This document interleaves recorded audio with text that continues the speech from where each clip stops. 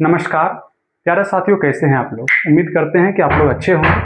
आज की वीडियो में हम सीखने वाले हैं कि रूट 3 अपरिमेय संख्या है। जरूर है, सब जानते हैं, लेकिन इसको आपको सिद्ध करना पड़ेगा कि ये सही में अपरिमेय संख्या है।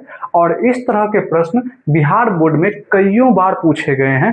5 नंबर वाले प्रश्नों में भी पूछे जाते हैं, सिद्ध करने के लिए आते हैं। इसलिए आपको यह वीडियो देखना अति आवश्यक है। अगर आप कक्षा 10वीं की तैयारी कर रहे हैं, अगर आप बिहार बोर्ड की तैयारी कर रहे हैं, तो यह वीडियो आपको देखना जरूरी है। अगर आप एक वीडियो को देख लेते हैं, अगर आप रूट 3 को सिद्ध करना सीख जाते हैं, तो आप रूट 2 को भी सिद्ध कर पाएंगे, रूट 3 को भी कर पाएंगे, रूट 5 को भी कर पाएंगे। मतलब कोई भी संख्या फिर आएगा तो आप उसको सिद्ध कर लेंगे। तो आइए हम इस वीडियो में सीखेंगे कि रूट 3 को हम कैसे सिद्ध करें कि यह सचमुच अपरिमेय संख्या है। तो मेरे भाई, यहाँ पर लिखा गया है कि सिद्ध करें कि रूट 3 जो है एक अपरिमेय संख्या है। तो आइए हम इस पर चर्चा करेंगे। यह अपरिमेय संख्या है, इस बात को हम साबित करने वाले हैं। तो जल्दी से आप देखेंगे, मैंने प्रश्न को लिख रखा है कि सिद्ध कीजिए, सिद्ध करें कि रूट 3 जो है एक अपरिमेय संख्या है।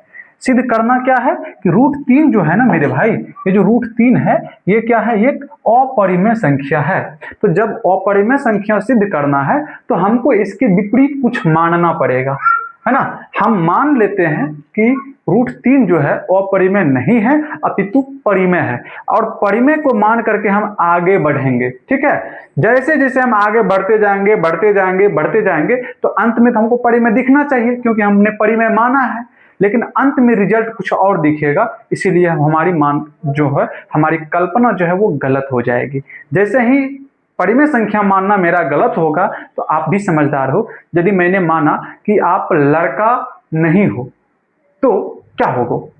जब आप लड़का नहीं हो तो सर आप लड़की हैं, है ना। तो हमारी मानना गलत हो जाएगा वहां पर। तो आइए हम शुरू करते हैं। सबसे पहले आप लोगों को लिखना है कि माना, है ना। लिखना क्या है कि माना रूट 3, माना रूट 3 एक परिमेय संख्या है, एक परिमेय संख्या है। ये लिख लेना है सबसे पहले आपको यही लाइन लिखना है कि माना कि रूट 3 जो है ना एक परिमेय संख्या है, ये मान लिया। जब ये परिमेय संख्या है तो इसको परिमेय संख्या की तरह दिखना भी पड़ेगा। आपको पता है कि परिमेय संख्या कैसा दिखता है। तो परिमेय संख्या वह होता है जिसको कि हम p/q के रूप में लिख सकते हैं। तो आइए, क्या हम रूट 3 को p/q लिख सकते हैं? हाँ या ना? यस, बिल्कुल लिख सकते हैं। क्यों लिखेंगे? क्योंकि रूट 3 यदि परिमेय संख्या है तो वो p/q के बराबर होगा, कोई दिक्कत नहीं है, वो p/q के रूप का ही होगा, चलेगा।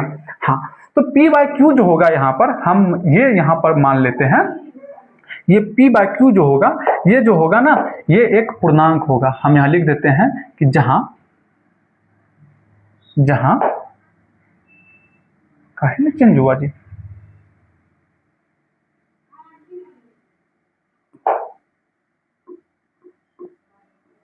जहां p एवं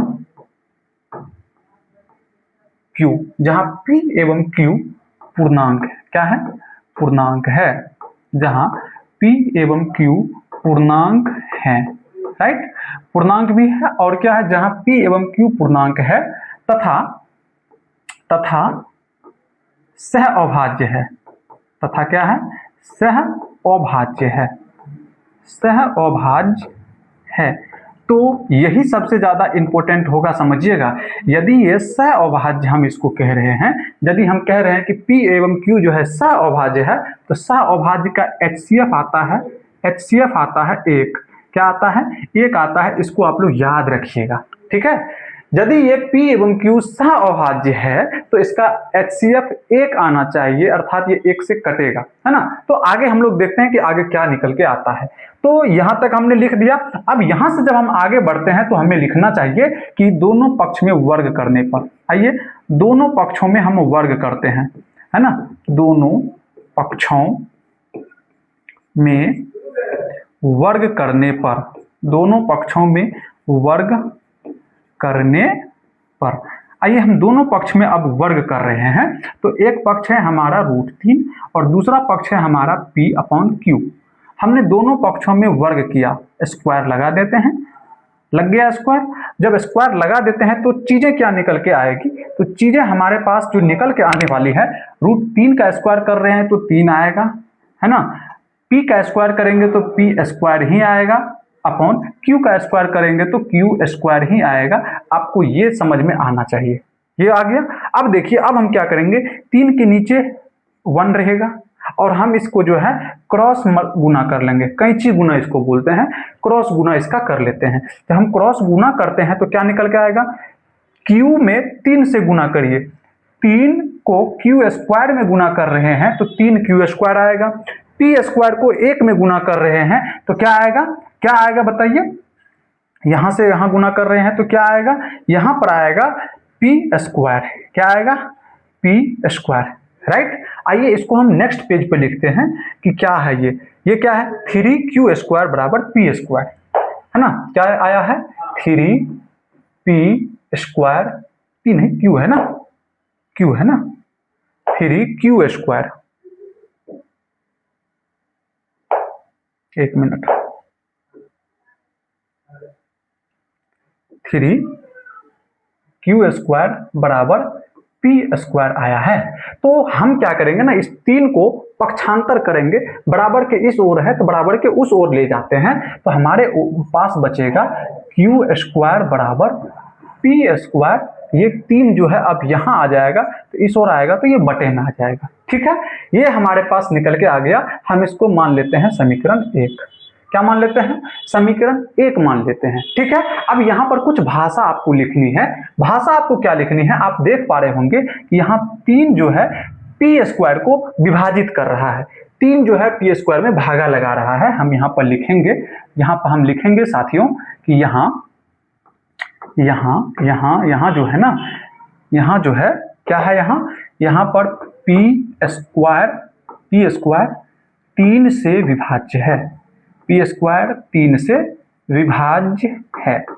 समझते चलिएगा, आगे मैं आपको बारीकी से समझा दूंगा। यहाँ पर p स्क्वायर 3 से विभाज्य है, कोई दिक्कत, 3 जो है p स्क्वायर में भागा लगा रहा है, तो इसीलिए, है ना, यहाँ पर p स्क्वायर 3 से विभाज्य है, इसीलिए है ना,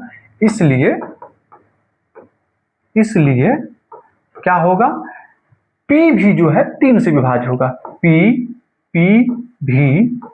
भी 3 से है ना विभाज्य होगा, 3 से विभाज्य होगा। कितने लोगों को ये भाषा समझ में आई है, नहीं आई है तो मैं आपको समझाता हूँ।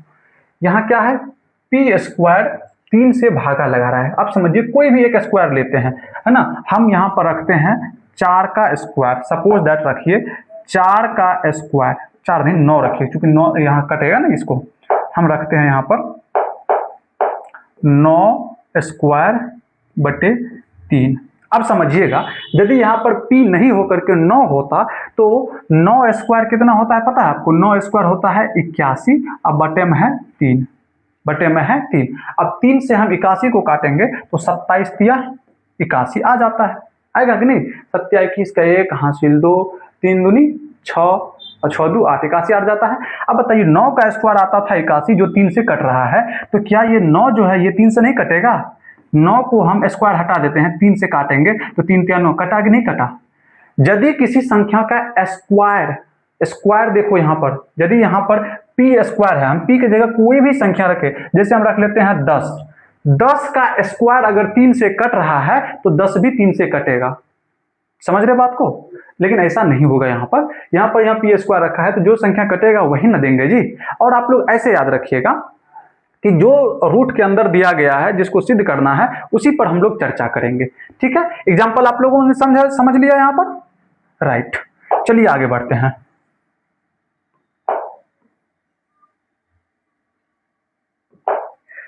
नेक्स्ट बढ़ते हैं आगे मेरे भाई, समझिएगा विभाज्य होगा, यहां समझ लिया आप लोग। अब देखिए, अब फिर से हमें मानना पड़ेगा कुछ, पुनः माना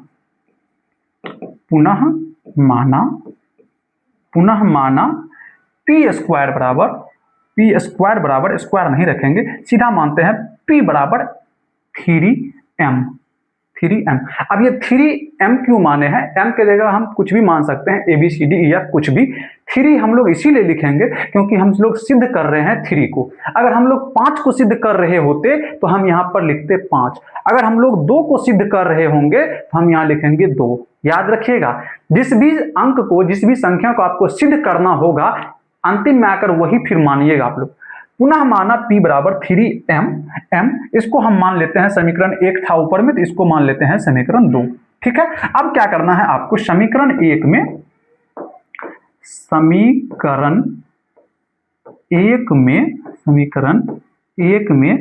समीकरण 2 का मान रखने पर, है ना, समीकरण 1 में समीकरण 2 का मान रखने पर, 2 का मान रखने पर, आइए समझते हैं कि समीकरण 1 में समीकरण 2 का मान रखेंगे तो क्या मिलेगा। समीकरण 1 क्या है? समीकरण 1 है मेरे भाई q square equal to p square upon 3। ये है। अब देखिए p का वैल्यू क्या रखेंगे हम? 3m रखेंगे। तो जहां पर p है हम वहां पर रखेंगे 3m। क्या रखने वाले हैं? 3m रखने वाले हैं। तो हम लिखेंगे q स्क्वायर का तो q स्क्वायर ही रहेगा, हाँ, q स्क्वायर का तो q स्क्वायर ही रहेगा, इक्वल टू p स्क्वायर की जगह अब आएगा 3m। 3m स्क्वायर लगा था तो यहां पर भी स्क्वायर लगाना पड़ेगा, अपॉन आ जाएगा 3, राइट। अब आगे लेके चलते हैं इसको, तो जो यहां लिखी है हम आगे लिख लेते हैं। क्या है? q स्क्वायर बराबर 3m, है ना, q स्क्वायर बराबर 3m का स्क्वायर अपॉन 3, ये है। अब इसको हल करते हैं। कैसे हल होगा? q स्क्वायर इक्वल टू 3 तिया 9m स्क्वायर अपॉन 3 से कट करेंगे, 3 बार में कट हो जाएगा ये। अब बच क्या रहा है? यहाँ बच रहा है q स्क्वायर, है ना, q square equal to 3m square. क्या बच रहा है? 3m स्क्वायर बच रहा है। चूंकि नीचे कुछ नहीं बचा हुआ है, 3 है और m स्क्वायर यही बच रहा है। अब क्या लिखेंगे? इसीलिए हम यहाँ पर लिखेंगे ये जो अपना 3 है ना, इसको हम उठा के लाएंगे इस ओर। जब इसको और उठा के लाएंगे तो ये हमको बन जाएगा q square upon 3 equal to m square, अर्थात m स्क्वायर बराबर q स्क्वायर अपॉन 3। ये समीकरण हमें आ रहा है। अब हम यहाँ पर भाषा का प्रयोग करेंगे। हम यहाँ पर लिखेंगे यहाँ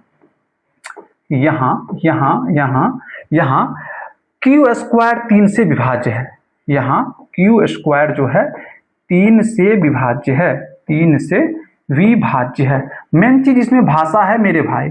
अगर भाषा आप लोग समझ लेंगे तो सवाल बन जाएगा। भाषा ही समझना पड़ता है। यहाँ q स्क्वायर 3 से विभाज्य है, इसलिए क्या होगा जानते हैं आप लोग?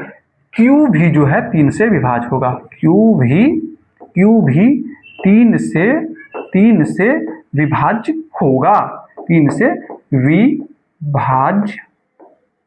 विभाज्य होगा, राइट।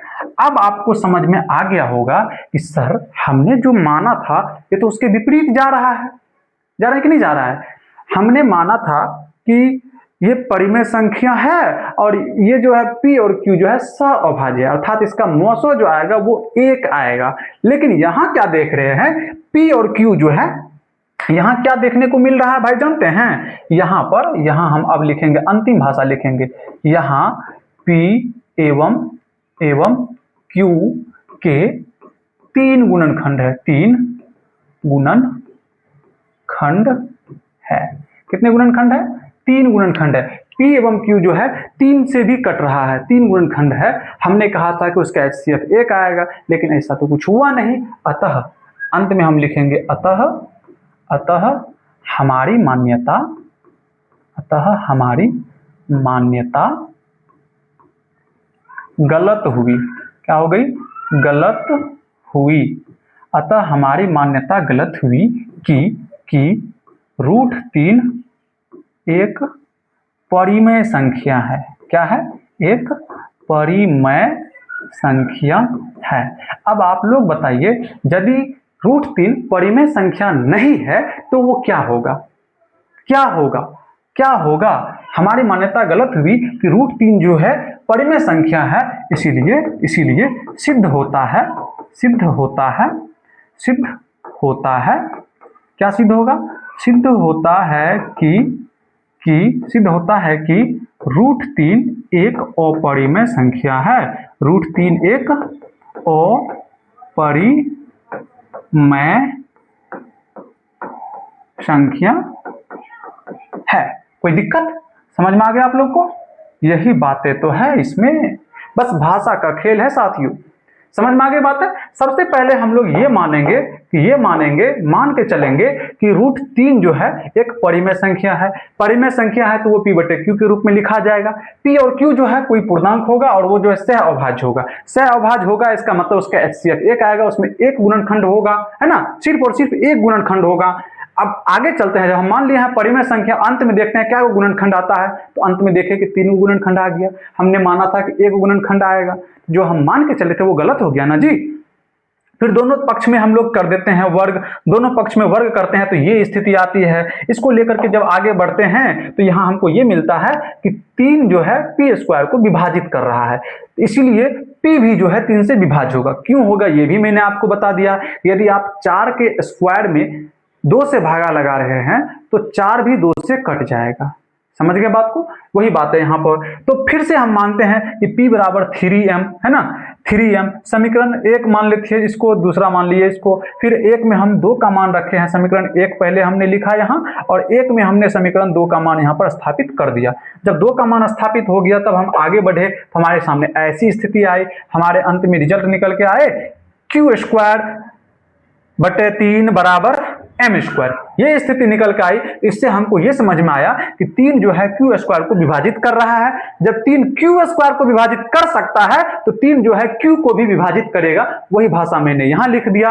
अब आते हैं वही भाषा को आगे लेकर के हमको ये समझ में आ गया कि p और q दोनों जो है 3 से विभाज्य हो रहा है। हमने माना था कि कोई एक गुणनखंड आएगा, यहाँ पर 3 गुणनखंड आ रहा है, तो हमारी मान्यता गलत हो गई। हम माने थे परिमेय संख्या इसीलिए ऐसा चीज आया, हम माने थे सहअभाज्य इसीलिए ऐसा आया। तो जब वो परिमेय संख्या नहीं होगा तो बताइए वो अपरिमेय संख्या होगा कि नहीं होगा? बिल्कुल होगा। तो इस तरह से ये सिद्ध हो गया कि √3 जो है एक अपरिमेय संख्या ही है। अब यहां से आगे जब आप लोग बढ़ेंगे ना, अगर आपको √5 को सिद्ध करने का मन करे तो जहां जहां मैंने 3 रखा है वहां आप 5 रख लीजिएगा, बन जाएगा। ठीक है, यहां पर मैंने 3 का स्क्वायर 9 रखा है, तो आप 5 का स्क्वायर 25 रख दीजिएगा, आराम से बन जाएगा आपका सवाल। भाषा यही भी लिखिएगा। ठीक है, अगर आपको √2 को सिद्ध करना होगा तो जहां जहां मैंने 3 रखा है वहां वहां आपको 2 रखना है, आराम से बन जाएगा। यहां जब आप पहुंच जाइएगा तो यहां पर मैंने 3 का स्क्वायर 9 दिया है, तो √2 में आप 2 का स्क्वायर यहां पर 4 दीजिएगा, आराम से बन जाएगा। तो उम्मीद करते हैं कि आप लोगों को यह वीडियो समझ में आया होगा, मजा आया होगा देखने में, आप लोग जरूर सीख लिए होंगे। इसी तरह से हंसते रहिए, पढ़ते रहिए, आगे बढ़ते रहिए। बहुत बहुत धन्यवाद। मिलते हैं किसी और टॉपिक में, तब तक हंसते रहिए, मुस्कुराते रहिए। बहुत बहुत धन्यवाद।